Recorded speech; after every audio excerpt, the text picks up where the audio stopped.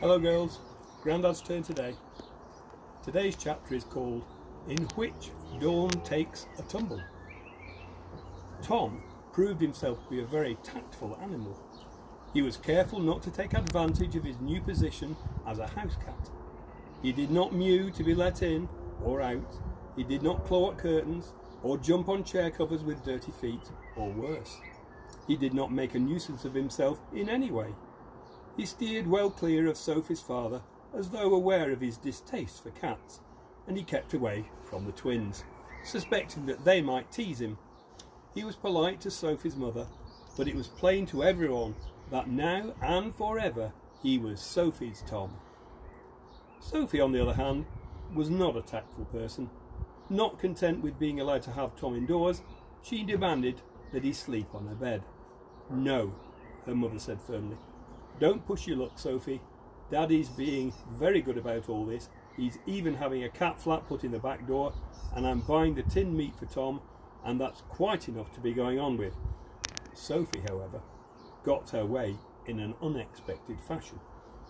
About a week after Auntie Owl's visit, Sophie came home from school saying that her head itched.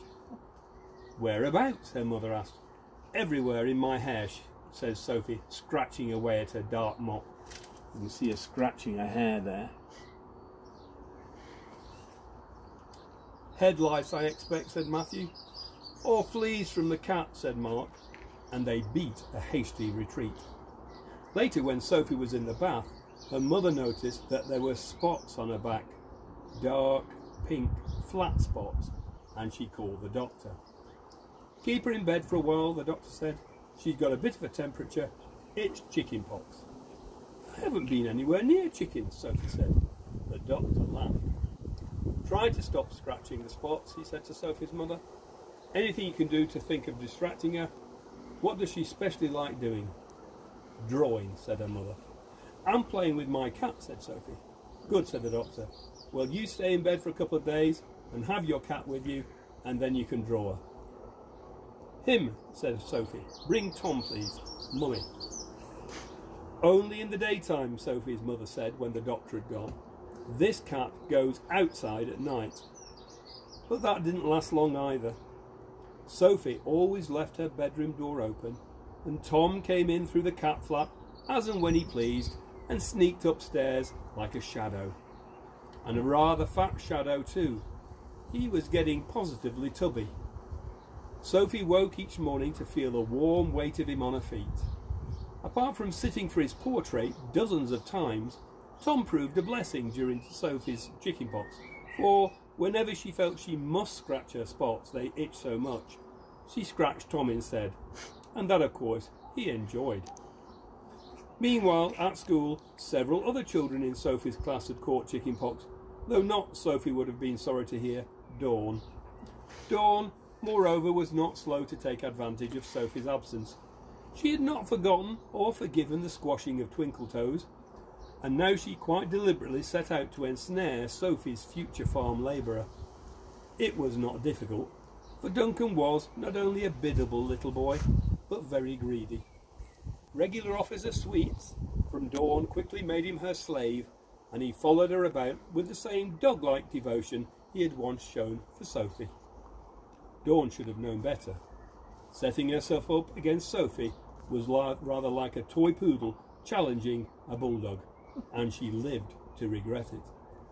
At morning break on the first day back at school, Sophie went out into the playground carrying her skipping rope. Part of the game she had invented, with herself as horsebreaker, was to go out into the paggot, that is the playground, and call the pony, that's Duncan. Then when he came obediently trotting up, she would attach the lunge, skipping rope, to his harness, his hand, and the training would begin. Now she plodded out again into the noisy throng of children and called, Duncan, Duncan, come up, good boy. She had trained him to whinny in reply to this summons, but now she heard no answer. Then she saw, at the far end of the playground, a sight to make her blood boil. It was Dawn, lunging Duncan. In her left hand she held the blue toy pony, in her right the end of a skipping rope, while Duncan marched solemnly around her. Sophie plodded across the playground and stood just outside Duncan's circle and glowered at Dawn. "What are you doing with my pony?" she said. Dawn waved the blue toy. "It's not yours," she said. "It's mine. And don't you touch it, or I'll tell Miss." "I don't mean that pony," said Sophie. Duncan, meantime, having last received the command, "Walk on," walked on.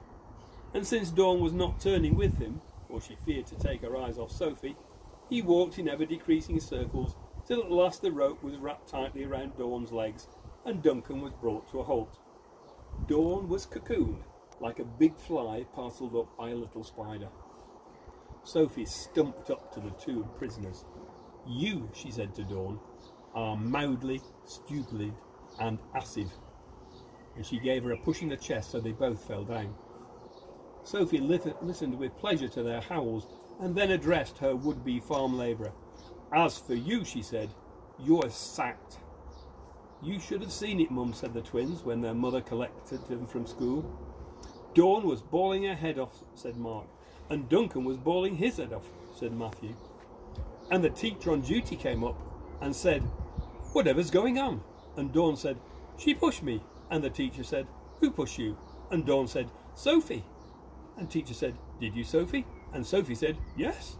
And the teacher said, 'Why?' And Sophie wouldn't answer. "So what happened then?" asked their mother. "Sophie had to go to the headmistress," said Matthew. "In her office," said Mark. "And what did the headmistress say?" "We don't know," they said. "We listened at the keyhole, but we couldn't hear." "What did she say?" Sophie asked her mother. "She said I was naughty." "And what did you say?" "Nothing." "And what did she do?" "Made me stay in all of the next playtime," said Sophie.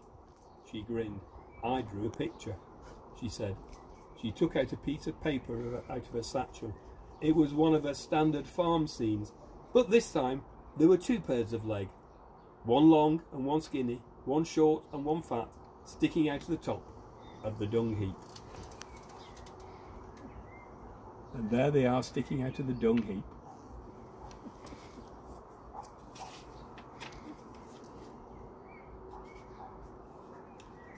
And that's the end of this day's story. Next story is about Sophie getting a prize. A surprise. So, we'll see who gets to read the story next time, whether it's Grandad or Grandma. Bye-bye.